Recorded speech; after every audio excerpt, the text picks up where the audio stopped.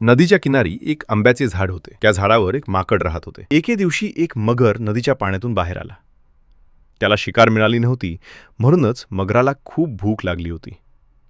मगर माकडाला म्हणाला, "मला खूप भूक लागली आहे.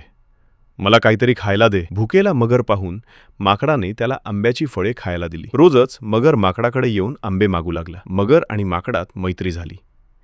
ते दोघे चांगले मित्र झाले. एके दिवशी मगराने काही आंबे आपल्या बायकोसाठी घरी नेली. ती अत्यंत गोड फळे खाल्ल्यावर मगराची बायको त्याला म्हणाली, "इतकी गोड फळे खाणाऱ्या माकडाचे हृदय किती गोड असेल नाही का? माकडाचे हृदयच मला खाण्यासाठी आणून द्या." असा हट्ट बायकोने धरल्यामुळे मगराचा निरुपाय झाला.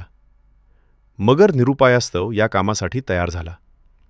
दुसऱ्या दिवशी मगर माकडाला म्हणाला, "प्रिय मित्र, तुला माझ्या बायकोने घरी जेवणासाठी बोलावले आहे.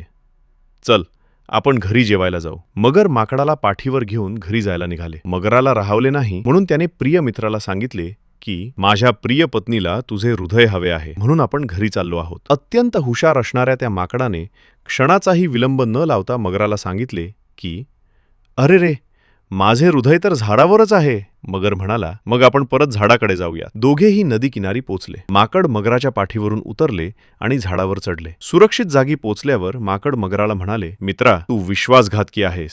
निघ आता." मगर खजील झाले. त्याने स्वतःचा चांगला मित्र गमावला होता. तात्पर्य, कुणाचाही विश्वासघात करू नये.